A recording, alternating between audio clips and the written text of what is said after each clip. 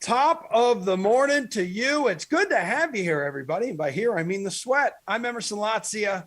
Last night, Tom Brady again. Another Millie maker in the can. But wait, there's more. Punch up the graphic, please, Cody. We continue to do that thing you like, everybody. We've got multiple millionaire contests here at DraftKings on Sunday. We have 2 Millie makers for you to enter. Our $2.5 million prize pool contest, and then our huge $5 million prize pool contest, which is just $5 to enter. Both of those contests, by the way, pay out $1 million to first place and could earn you a ticket to our DraftKings Tournament of Champions live final coming up in January, where you can take another shot at $1 million. Go check them out now in the DraftKings lobby. Speaking of Sunday, everybody, let's chase or fade some of the following NFL bets on the DraftKings Sportsbook, shall we? Our panel consists of DraftKings contributors Reed T. Fowler, Pierce Dietrich, RotoWire's AJ Schultz. Sweet T, I'll start with you. The most points this weekend will be in the Chiefs-Browns game. Highest total on the slate, dude, 54.5 points. Chase or fade that? I'm going to fade it. I think there's a good chance that happens. I'd like it if Kansas City were at home, but I don't think that really matters. I'm actually chasing the Arizona-Tennessee game as the highest scoring, mainly because Tennessee's defense, they're going to be struggling, obviously. And Arizona was first and Tennessee was third last year in neutral situations in terms of pace. So without them being up or down, just neutral, right? They were the two of the top 3 fastest teams on offense. So I just like that for the points to be scored. And Arizona's defense is a mix of rookies and some veterans. So give me Arizona at Tennessee as the highest scoring game. Okay, Pierce, chasing or fading this, dude? I'm fading this, and I'm going to go with the exact same game as Reed.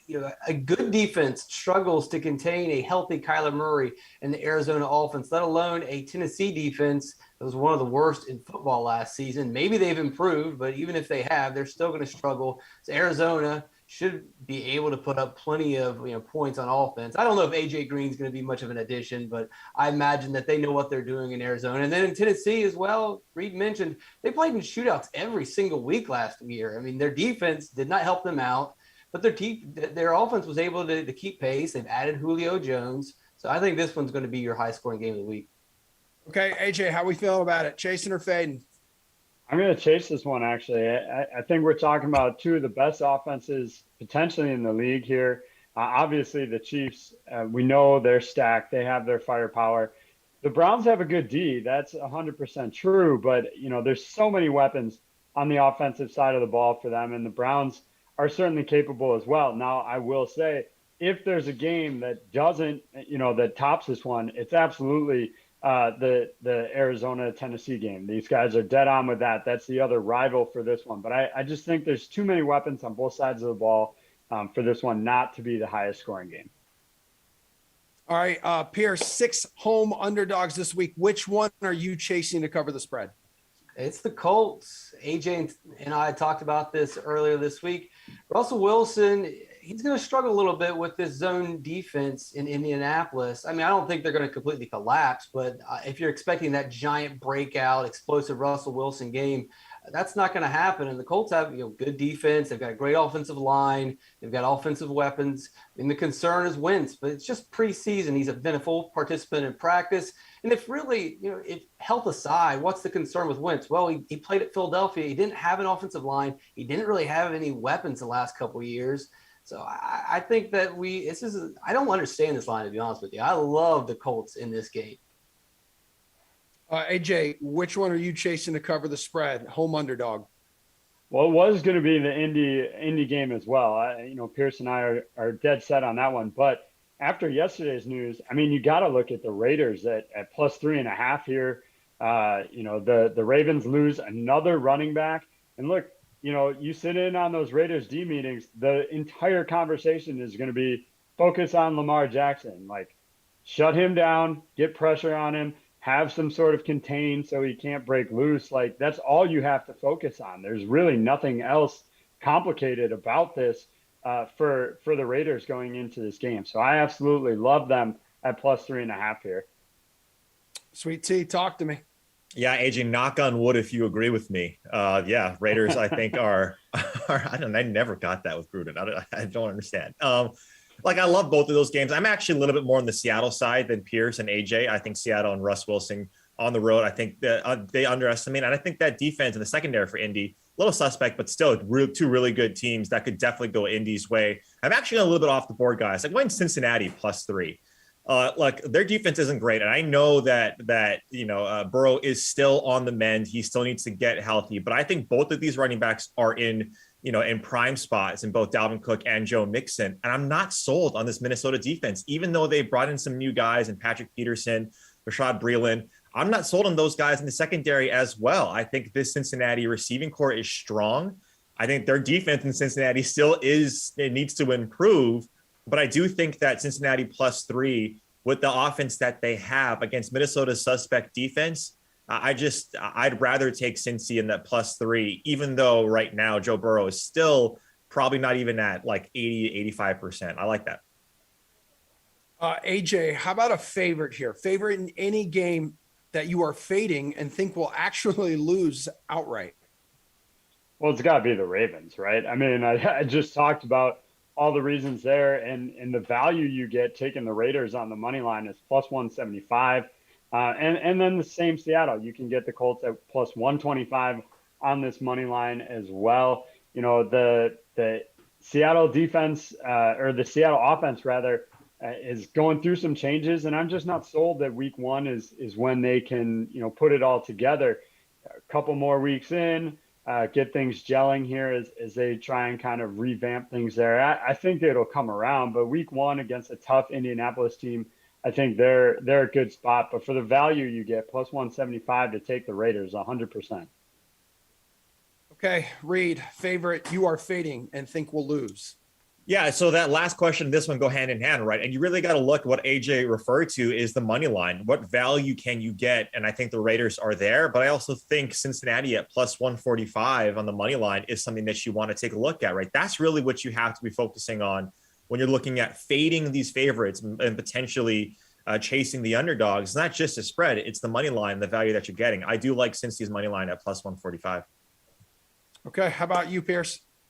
It's the Ravens, and it's questionable if they're even going to be the favorite by the time we kick off this game. If Edwards would have went down a couple of days ago, I think it's very likely that the Raiders would be the favorite by the time this game kicks off. I mean, the Ravens are going to have an undrafted rookie, well, not even rookie, undrafted player out of BYU, never played it down, is going to carry the load. I know Las Vegas was terrible against the run last year, but who do they have to defend? Like AJ mentioned, all they got to do is shut down Lamar. There's nothing else in this offense. The offensive line for the Ravens, there's some question marks there as well.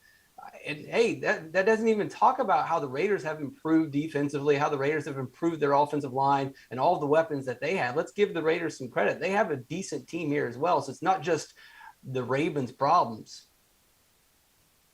Reed, which running back or wide receiver are you chasing to go over their yards prop? There are no Ravens running backs right now with yards props on the DraftKings Sportsbook. Yeah, I love this segment. It's a lot of Raiders love, but guys, I've been a Raiders fan my entire life, and trust me, in the spots where you think they should do well, they usually give you heart palpitations if you're a Raiders fan. So I'm not holding my breath on that one, but I do like all the Raiders love this morning.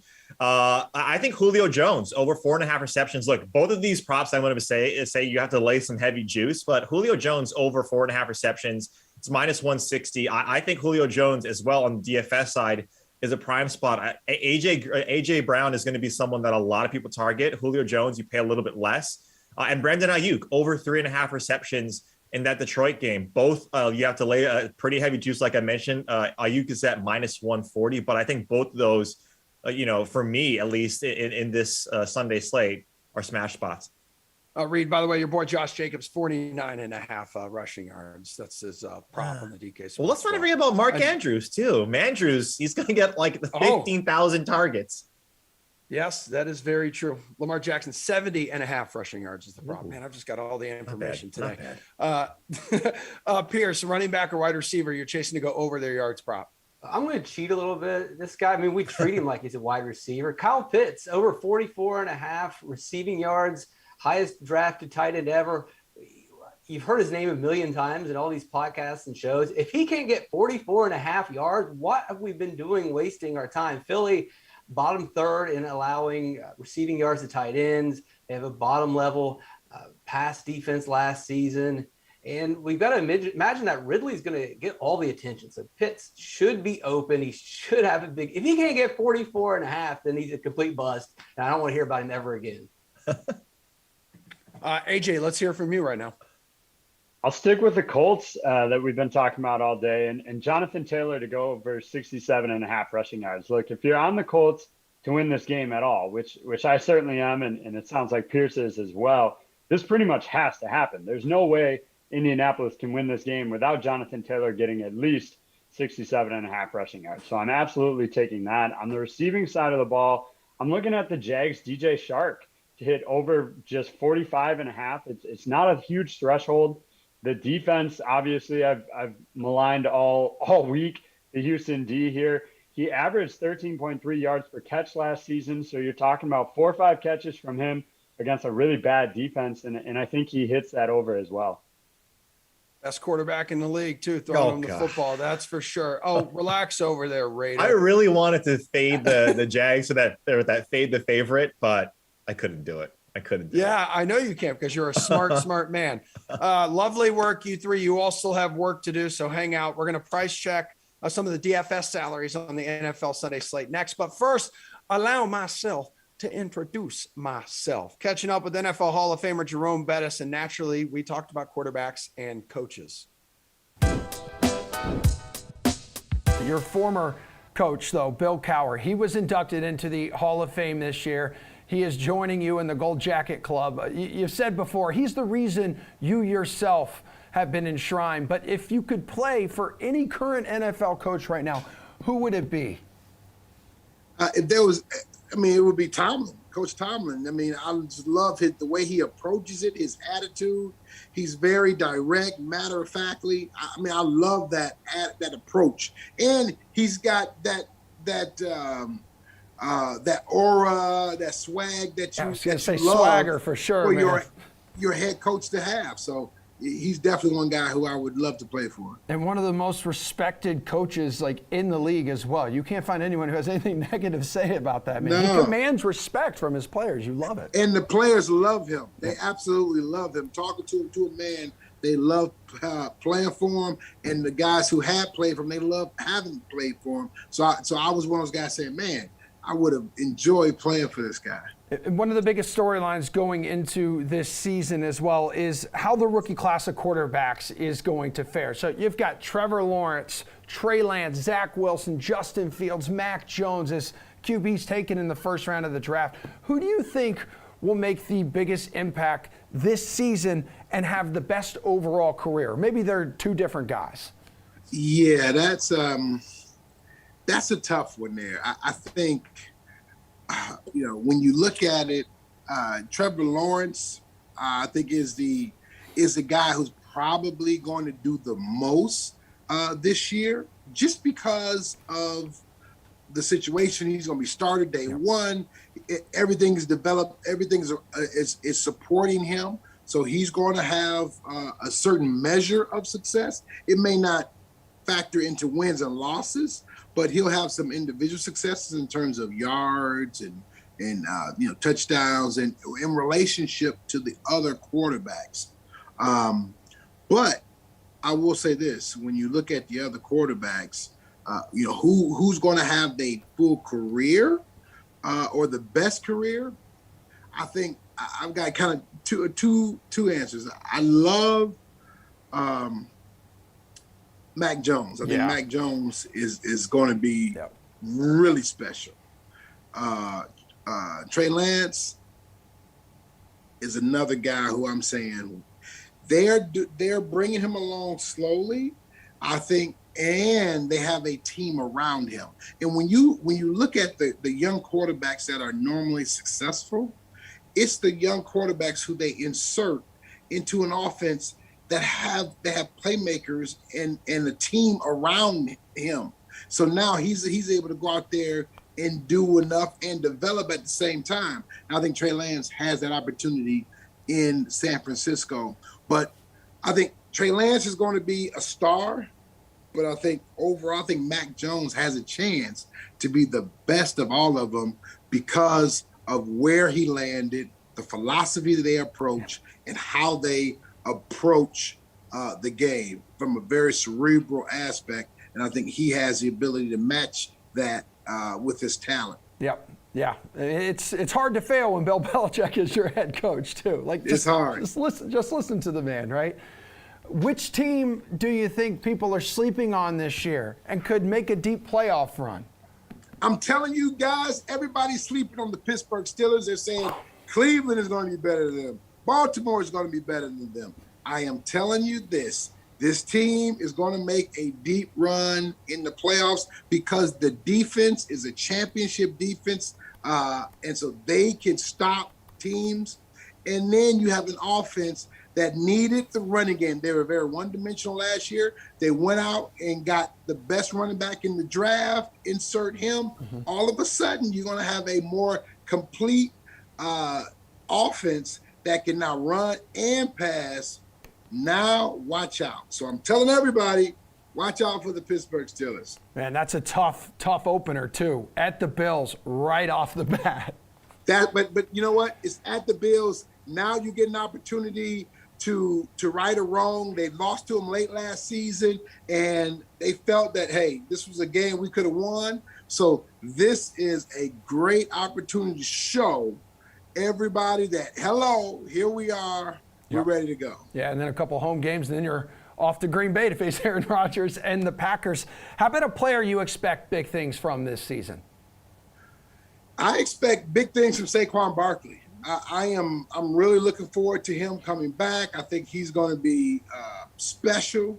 And so I'm expecting really big things from him. He was just on the cusp of making that next jump before he got hurt. So I expect to see him do some really special things. All right, let's get you out of here on this note. You know, it's one of the most important questions we will ever ask you. Who is winning the Super Bowl this year? Tell us, Jerome. Be real. Come on. I think Green Bay on the NFC side edges out Tampa this year. Oh, a little revenge. The revenge game. And I think Green Bay beats Tampa in Tampa this year. Okay? Now, for the AFC side, a little more complicated than that. A little more complicated than that. I think it's going to be that 14 round robin. And because Pittsburgh beat the Bills week 1, the Bills are going to have to play the Steelers in Pittsburgh, and Cleveland is going to have to go to Kansas City because they lost to Kansas City in week 1. It's going to be a rematch of week 1. Kansas City is going to beat Cleveland. Pittsburgh is going to beat Buffalo, and then Pittsburgh is going to beat Kansas City to be the AFC nomination for the Super Bowl. So I'm going Pittsburgh, and I'm going Green Bay. All right. And yes, I am being a homer, 100%. Yes. That's what we love about you. So you're taking the Steelers over Green Bay in the Super Bowl? I am. Mark the tape, baby. Whoa. Was the question who's going to the Super Bowl? Who's going to win the Super Bowl? Give me who's winning the Super Bowl. Well, see, I don't know. Did you say that initially? Oh, yeah. Don't change your answer now. Don't you dare. Well, I'm not necessarily. I never said the Steelers were going to win. I said who was going. Okay. Well, now that we know who's there, do you want to take a winner between those two, or is this a to be determined or to be continued? It's tough. It's tough because I believe Aaron Rodgers. This is his swan song in Green Bay, and I think he's gonna say goodbye after this year. So it'd be a great story for him to win a championship on the way out. Okay, but I still believe that Pittsburgh is gonna win. So I'm going with Pittsburgh over Green Bay in the Super Bowl. All right, man. That was close there for a second. I was like, man, we can't push this out in the Pittsburgh market if he doesn't take them. Come on. Hall of Famer Jerome Bettis, good catching up with you, man. And thanks for joining DraftKings. We appreciate you. Thank you. Yeah, appreciate you. Take care.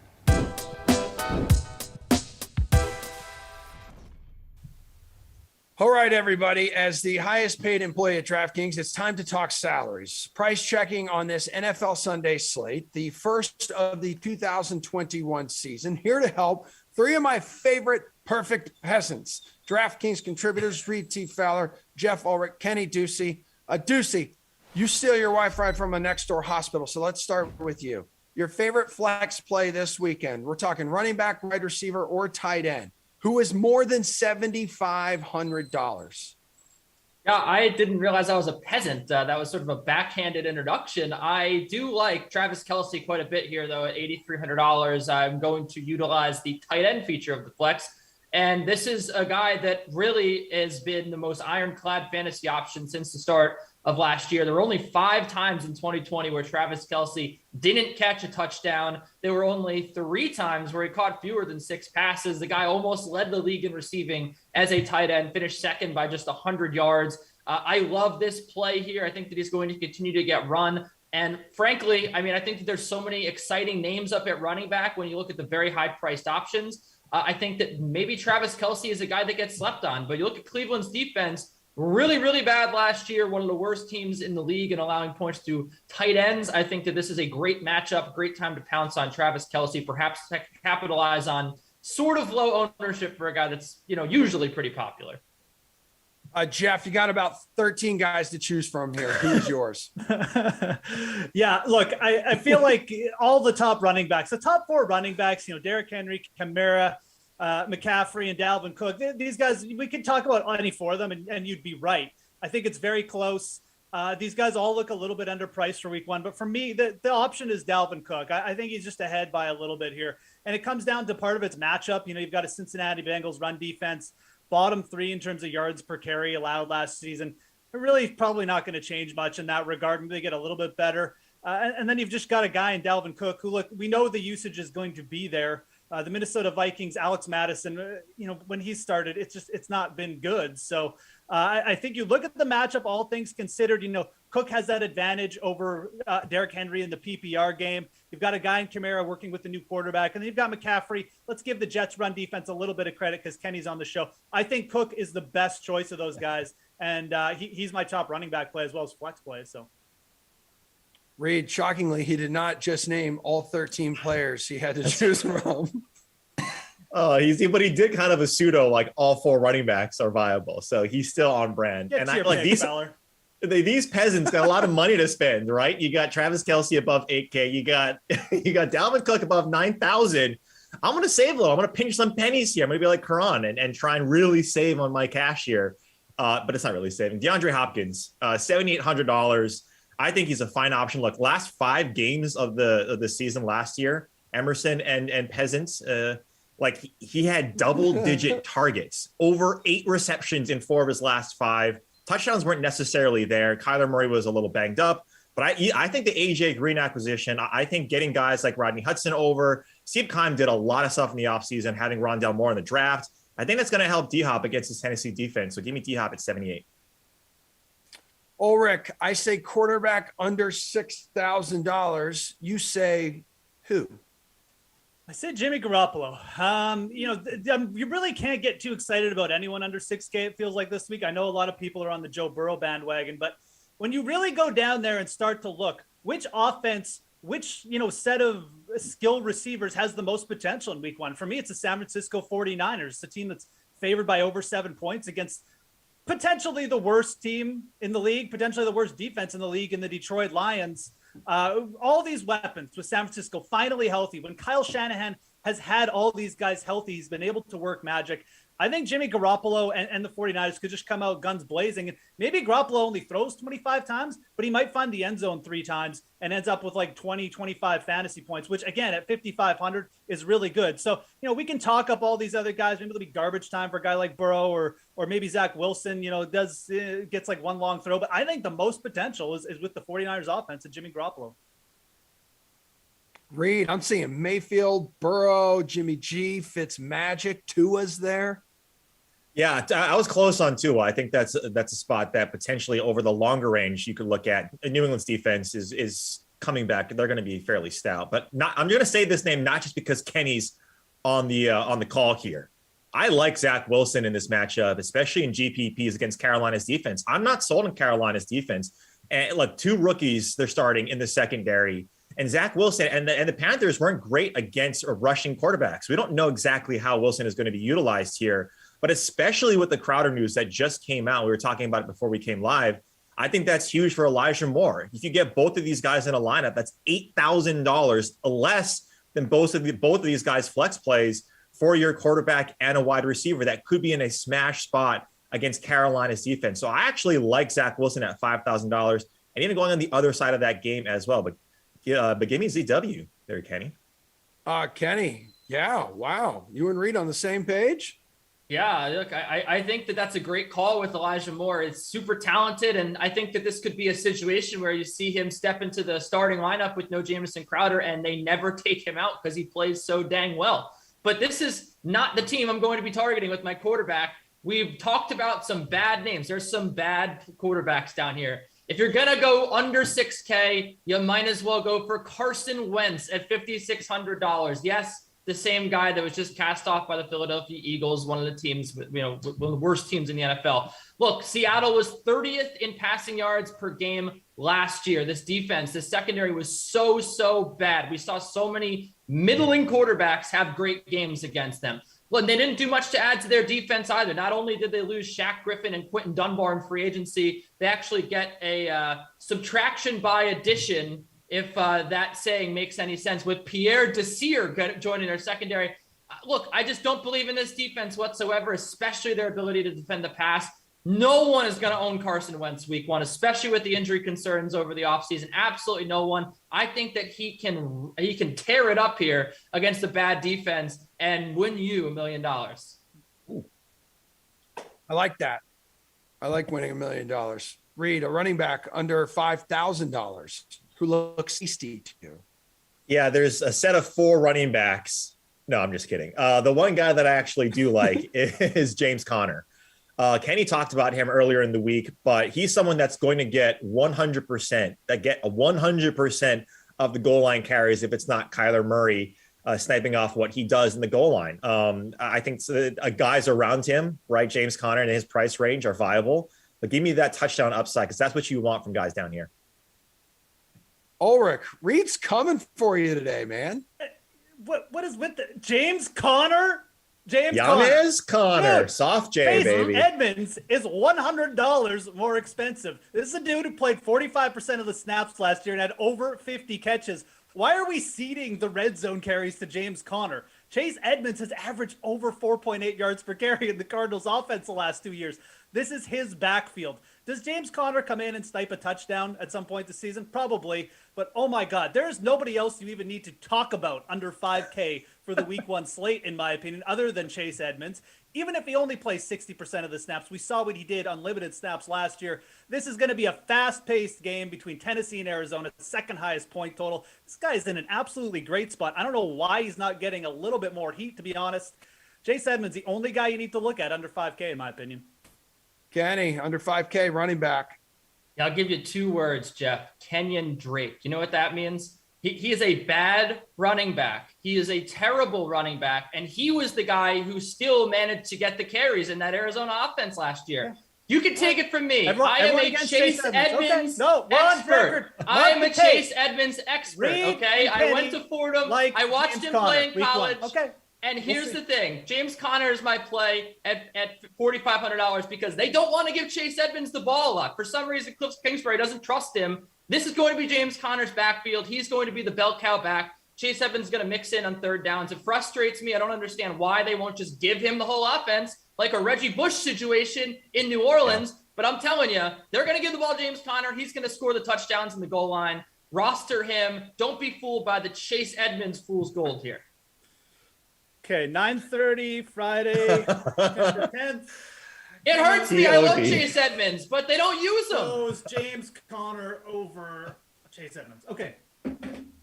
Tennessee, Gotcha. 16 Go to Emerson. No, the rest of the last show year. is fine. Yeah. Yeah, no, I'm just happy we were able to work Fordham in today. That's really good stuff. Founded in 1841. Good Coach, stuff, because you never everybody. work in the Jaguars or UCF, right? Absolutely not. I'm a professional. We will return to the DraftKings Sportsbook to play a fun little game of too high or too low coming up right after we dip our toes into the baseball bargain bin. We have an ace who is going to miss a start this weekend. Just came down with COVID. We'll talk about it after this.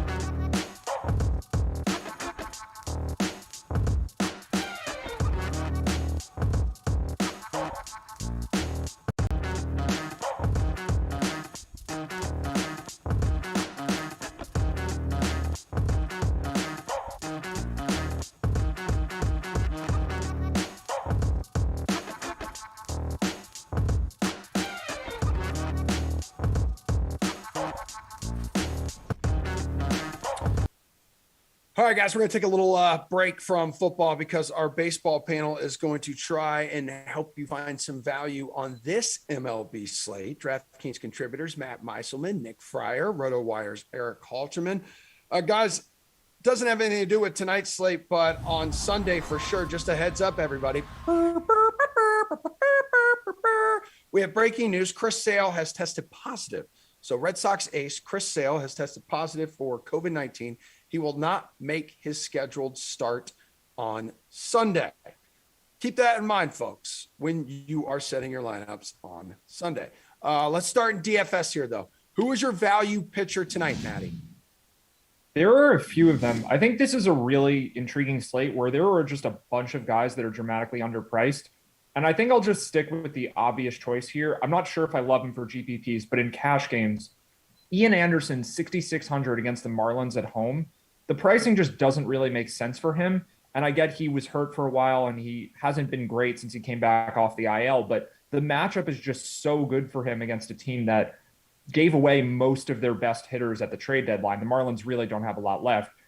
Anderson is probably more like an 8 to 9K pitcher in a neutral matchup. He's an above average MLB starter, and this is nothing close to a neutral matchup. So I like Anderson for 6,600, and he could be 50, 60, 70% owned in GPPs. And at that point, maybe you don't want to play him, but he's just, I think there's enough ways to get different on such a large slate with hitters that you can just stomach it and play him anyway. Okay, cool. Nick, do you agree with that? Well, yeah, I wasn't a huge fan of any of the guys under 8K, and there's a lot of guys in that 9+K range tonight. So I was looking at three guys that I'd kind of like to mix and match tonight for the, like mid 8K. You got Shohei Ohtani, there's Tanner Houck, and of course Mad Bum. I think Houck is the highest priced one of those at 8.8K. But Ohtani is the guy that I like the most in that range, and I know he's facing the Astros tonight. He has the toughest matchup of the three, although the White Sox aren't exactly a cakewalk. But Ohtani did get 10 strikeouts against Houston over 7 innings, runner and ball back in May. So I know he's a little bit on the higher end and not normally in our value range necessarily. But when I look at those guys below, it's just like, okay, John Lesher did well against the Reds last time. Ian Anderson is an option, but he also has gotten his teeth kicked in a couple times. So I feel like if you're looking for value for this slate tonight, with there being so many guys at 9 over, I'm going to go with Ohtani. All right, Eric, how about you, man? I do think there's one option way near the bottom that I'm quite interested in, and that's Glenn Otto of the Rangers at just 6,300. I'm making his third career start here. He came over in a trade in the Joey Gallo trade with the Yankees. Had some really excellent numbers in the minors this season. 3.20 ERA in about 95 innings, striking out over 35% of opposing batters. Worth noting that was over 40% at Double-A and down to just 24.4% in a small handful of AAA starts. but still, I think you could take that overall performance and say he's clearly got strikeout stuff, and he's shown that strikeout stuff through his first 2 MLB starts, striking out over 30% of the batters he's faced while walking under 3%. I think that might just be one walk given the number of batters he's faced at this point. He's facing an A's team that does have a good offense. They rank 8th by WRC plus, but the Oakland Coliseum is arguably the most pitcher-friendly park in the league. I think it does rank as the most pitcher-friendly in both runs and weighted on base average, according to StatCast Park Factors. There are maybe some innings concerns with Otto. He threw 73 and 84 pitches in his first 2 starts, so maybe 100 pitches is pushing it. But given that he already hit 84, I mean, he's got a shot to get there. And I think he can get over that 5-inning mark. I think we're probably expecting similar usage to what you see with a Tanner Houck, who I do like, but he comes in at 8,800. I think you can get a similar performance for 2,500 cheaper out of Otto. Let's go to value DFS hitter. Nick, who's your Yes. So I mentioned John Lester earlier, and I know he did well against the Reds last time out, but a guy who's done well against him historically is Eugenio Suarez. And I know that he's got terrible numbers this season, and Moustakas has been taking away time since he's come back. But when you're going up against the lefty tonight, Suarez should be in the lineup. Make sure you double check that. I know he has a couple home runs and limited opportunities this month, but when you look at his career numbers against Leicester, sometimes I've brought up guys who have short amount of time and they've scored. They have quite a few home runs. This guy's faced Leicester 51 times throughout his career. He has 6 home runs against them, 3 doubles, a 356 career average, 1234 OPS. I mean, all these numbers show that Suarez should have a good night tonight against Leicester. I know he's been better, but still, this is not John Lester of old. This is a guy who's definitely susceptible to getting smacked around a little bit. So I'm going to do that with Suarez tonight at 3.6K. Eric, where are you going to save some cash in the hitting department? Yeah, you can get a guy who pretty much always was going in the first round of season-long leagues for under 4,000, and that's Christian Yelich at 3,900. And yes, he has deservedly fallen from that top tier. He is not having an elite season, but he's been actually quite good over the last month. 27 games in that stretch. He's hitting 337. His hard hit rate all the way up to 57.5% over that stretch would rank first if he kept that up all season, and is up about 10 percentage points from where he was prior to that stretch. He's not really a power hitter anymore. He could maybe get that back next year, but just a 4.9 degree launch angle for that season, for that month-long stretch, and only 2 homers. That's more or less what his launch angle's been all year. But then again, he's had success with that kind of profile in the past. That's more or less where he was his last 2 years with the Marlins, when he was averaging 20 homers while hitting 290. I think a guy with that kind of power and contact is a great value at 3,900.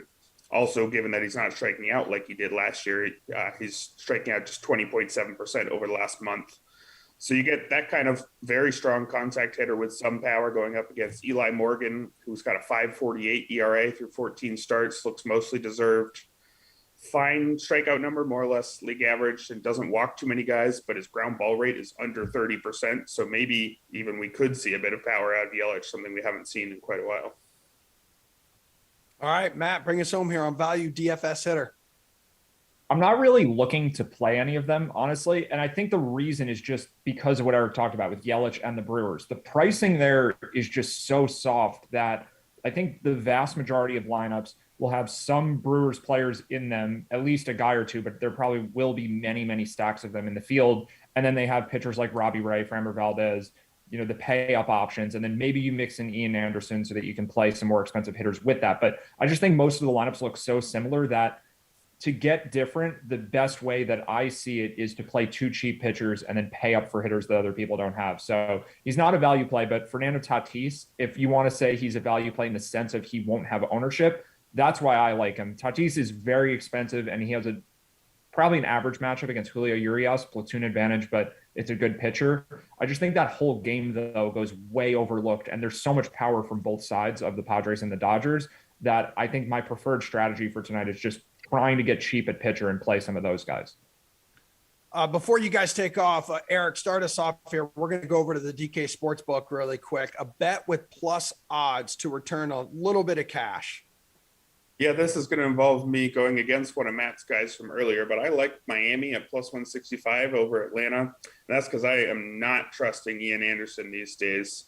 In his 2 starts since his return from a shoulder injury, which kept him out for I think about 6 weeks or so, he has 0 strikeouts against 6 walks.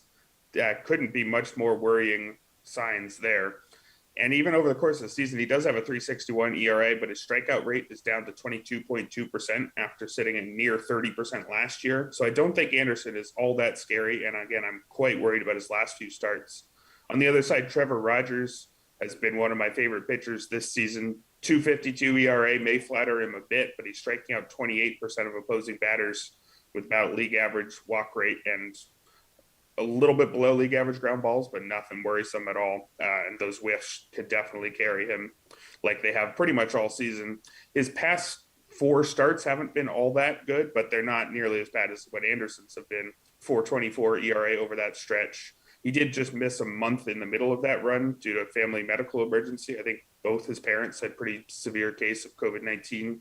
He came back through 81 pitches in his return, wasn't an elite start, but I think in his second start back, I would trust him to be Trevor Rogers, and I think that's enough to overcome the pretty big gap in lineups.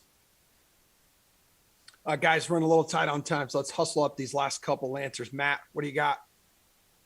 It's not a bet that I feel great about, but the odds are long enough that you can get some payout without having to invest much. I think Robbie Wright is still due for some regression, and the Blue Jays are massive favorites in Baltimore tonight.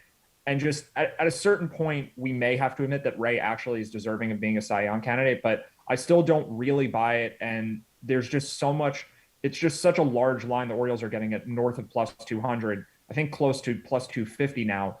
So if George Springer's out specifically, then this becomes a little more enticing for the Orioles, but I think this line should be closer than it is. And at some point, Ray probably has a bad game. All right, Nick, quick. This Shohei Ohtani's over on his strikeout total tonight. It's set at 5.5. It opened up at plus 125. It's just at plus money right now. He's had 6+ Ks in his last 5 starts. Last time you saw the Astros, they had a 16.6% strikeout rate in that month at home against righties. Right now, over the last month at home against righties, he's at 22%. All right, you 3 are free to frolic through the grassy fields on this Friday. We're talking more NFL bets after Pierce helps us with some NASCAR price check ahead of Richmond.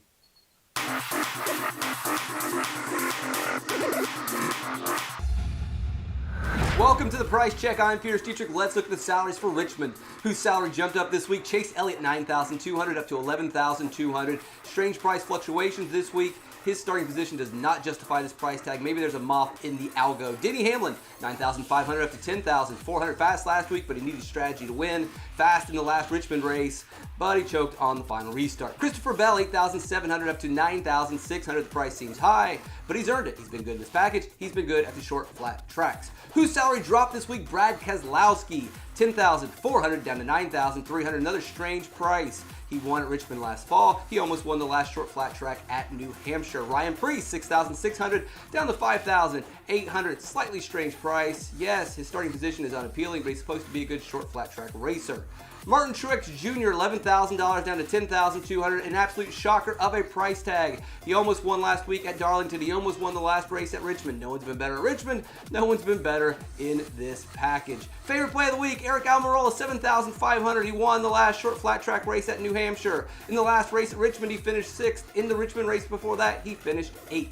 Corey LaJoie, $5,500. Man, this car has been fast. The number 7 car has been great at the high horsepower, low downforce racetracks. All right, guys, check out DK Nation for all your DFS information and needs. If you got NASCAR questions, find me on Twitter at Race for the Prize. I'm Pierce Dietrich. Catch me on DK Live. One more time, everybody. We're bringing back some of our NFL guys or our NFL dudes. The Bro J. Simpsons of the Sweat. DraftKings contributor Jeff Ulrich, Kenny Ducey, and RotoWire's AJ Schultz. AJ, you like that, didn't you, bud? I did. Yeah. All right, it's a DK Sportsbook segment of high or low. AJ, I like you today, so let's start with you. Arizona at Tennessee. Tennessee hit the over 12 times last year. Cardinals only 5 times. 52 in this one. Is that too high or too low? Well, I think it's maybe a tad too low if I'm picking one way or the other, but I feel like it slots in pretty well here. Kyler Murray, for his part, he gets AJ Green added. Ryan Tannehill gets Julio Jones. I mean, geez, imagine this wide receiver group like 3-4 years ago when you've got Hopkins, Green, Jones. Like, this could be an absolute barn burner. We talked earlier in the show. I still think that other game, the Chiefs game, is going to be the more high-scoring one, but this one absolutely fits the bill too. And I think over is a reasonable expectation here. All right, Kenny, how about you? Yeah, I'm with you, AJ. Like, when you look at the season that Kyler Murray had last year, it was so clearly derailed by injury. And I think that we still are not pricing Kyler Murray, rating Kyler Murray, or rating the Cardinals accordingly. I think that we're going to see a huge offensive season from this group. They are so good offensively, and it's easy to forget because it was so long ago when this team was lighting it up offensively before Kyler Murray had that shoulder ailment. Of course, not missing time. I feel like there's probably some people out there that just didn't believe it impacted his throwing that much, but it absolutely did. I think that you see the Cardinals come out and light it up. And Tennessee also, we think of them as a good defense. Mike Vrabel, big imposing figure, good defensive coach, but they really were just pretty average last year. I think that we could absolutely see a lot of points. And also, don't sleep on Tennessee's offense either, against an Arizona team that kind of struggled to defend the run last year a little bit. Derrick Henry should have a good day as well. I think that this definitely fits the bill as a high-scoring game. Yeah, Jeff, Kenny makes a good point. This defensive unit for the Titans was severely lacking last year. Look, this is a smash over. I mean, the Titans last year without Julio Jones, they outscored the Kansas City Chiefs in terms of points per game. That's your starting point. And then you look at this stat. This is from Joe Osborne on Twitter at JTFOOZ. With Ryan Tannehill as starter in their last 26 regular season games, the Titans are 21-4-1 to the over. This team hits overs like nothing is going out of business. I don't know what that just means, but look, the over here is a great bet. These are two of the fastest paced teams in the NFL. They were both top 5 last year in terms of pace per play, plays per second. There's really just nothing here that you can sit and say, oh yeah, this one's going to go under. Tennessee's defense might be a little bit better, but again, you've got the improved offense. You've got Kyler Murray healthy, which is a great point by Kenny. The over here, if this one could get up to 54, Emerson, I'd still be saying take the over. Well, Kansas City is favored over Cleveland in a playoff rematch by 5 points. Is that spread too high or too low, Kenny? Oh my goodness, it is too low. Come on now. This Cleveland Browns team is not as good as what they showed at the end of last year. They got, let's remember week 17 when they barely beat the Steelers backups. This is a team that is good, not a bad team, but this is not a team that's going to really go blow for blow with the Kansas City Chiefs. Look at how bad this defense was, 25th in DVOA last year. This is a passing game that's really struggled. Odell Beckham catching half of his targets. I have so many qualms with the Browns that it just sounds like I'm playing my greatest hits here. But really, when you look at it, they have a great rushing attack and nothing else. No defense. Baker Mayfield throwing for, under 200 yards in a lot of games. I think it's a pretty one-dimensional attack, something the Kansas City Chiefs to be ready for. And this is a game where I think the Chiefs bully the Browns, kind of humble them a little bit. I think that we see a step back from the Browns this year, just a little bit coming off that high of the postseason. And I think that we get a big 7 to 10 point win or even more from the Kansas City Chiefs in week 1. So I would definitely take this spread. I think it's way too low. AJ, this is now 5.5 on the DK Sportsbook. Well, for me, I'm on the opposite side of Kenny here. I think it's a little too high. I think the Browns will keep this one closer. And, if it creeps back up, we saw it at 6.5 at one point. And I think if it gets that high, I'll be looking at the Browns to cover the spread. Now, you want to talk money line. I'm all in on the Chiefs here. But I think the Browns are better than Kenny's giving them credit for. I do agree the running game is their primary focus. But if OBJ can, get rid of the drops there a little bit more, I think they can add a passing attack too. And I just think this is going to be a closer game than that. And so I'll take at 5.5 here. I'll probably take the Browns to cover the spread, but I would still take the Chiefs on the money line. All right, Jeff. Yeah, look, I'm definitely higher on the Browns than Kenny, but I'm going to have to lean with the KC side on this one. I'm actually surprised this line is falling. Like AJ just mentioned, this one was at 6.5 like a week ago. And I think the Browns were a much more palatable bet there. You maybe even could have got them a +7 if you just pay a little bit more. But look at the boils down to this. You don't really want to bet against Andy Reid against the spread in September. Even you just look back to last year. I mean, they beat Deshaun Watson. They beat Lamar Jackson by multiple touchdowns. Andy Reid is just so good when he has the offseason to prepare. You've got Patrick Mahomes going up against Baker Mayfield. I think that this game is going to boil down to, can Baker Mayfield execute in crunch time? And we know, because we know Patrick Mahomes is going to do that. So all things considered, I like the matchup for Tyreek Hill a little bit too much here. And I think it's going to be a little bit too much for Cleveland. And at -5, again, really got to go on the KC side here for me. Jeff, I'll be excited to hear how you feel about this one. Trevor Lawrence, his passing yards. The line is 244.5. Again, going up against the lowly Texans, who some say will go 0-17 this year. Is that too high or too low, that passing yards total? Is there a stipulation in your contract that we just have to talk about Trevor Lawrence every show that you're on? He's the number one overall pick, Jeff. He's the Lord and Savior of one of the legendary right. franchises in the NFL. I'm just saying, like a little Mac Jones talk. I don't know. Anyways, look, I'm actually glad we're talking about this one today, because I do like the over here quite a bit on Trevor Lawrence. This line is baking in like some kind of rookie head coach, rookie QB combo, because 244 yards, 0.5 yards against the Texans. Yeah, Trevor Lawrence is going to hit the over here. Houston was already 4th last in terms of yards per attempt allowed last season. They just traded away Bradley Roby, their best corner. So they already had a bad secondary, and it just got worse. Trevor Lawrence, I love what the Jags have done with their wide receiver core as well. Bring in Marvin Jones, who's always worked really good as a wide receiver too, roaming downfield. I think Lawrence is going to have a big day. I really like him in DFS too. And again, this passing total is too low. It's just baking in some kind of rookie flop, which I don't think is going to happen against Houston. Maybe week 2, but not week 1. Give me the over.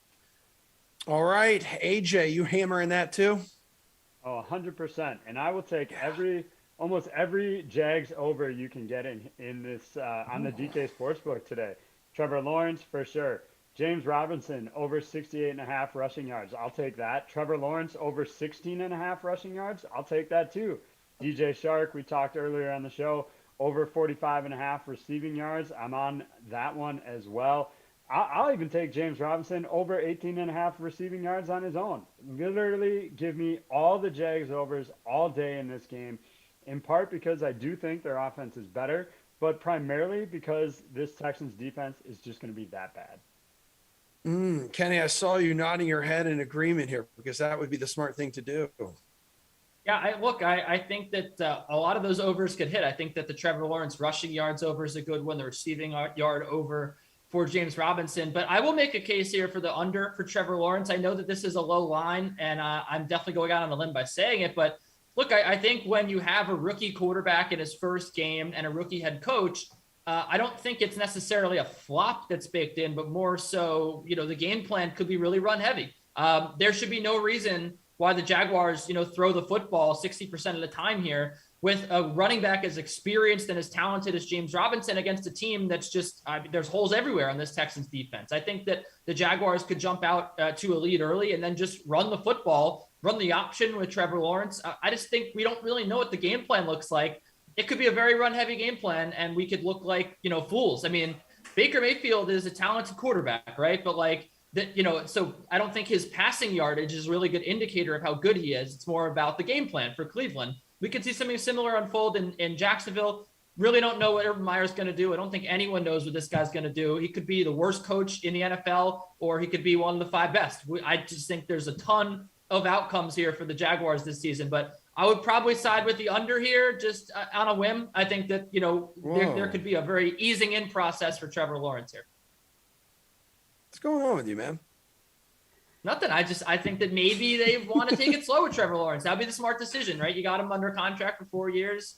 Let's just ease him into action. Throw him into that fire, dude. It's coming right for you, Emerson. It's coming for right for you. Yeah, that's right. Yeah, there's a reason many are comparing him to, Tom Brady, but even better. Guys, that was really, really good stuff. Great show today. Shout out to producer Drew and everyone behind the scenes. You guys mean it. We have an MLB edition, by the way, of the slate. Lots of baseball news this morning. Big old beefy slate tonight, too. So Kaufman, Bukes, and LaMarca, because the Fantasy Baseball World Championships, that's going down this weekend in Philly. Steve Buchanan is there, and DraftKings just tweeted out a very awkward photo of him wearing a suit and a tie. Wow. Anywho, I know, dude, check it out. It's weird. You're going to feel feelings. Steelers at the Falcons, first of 6 Madden slates. Sims on the YouTube channel coming up right after this.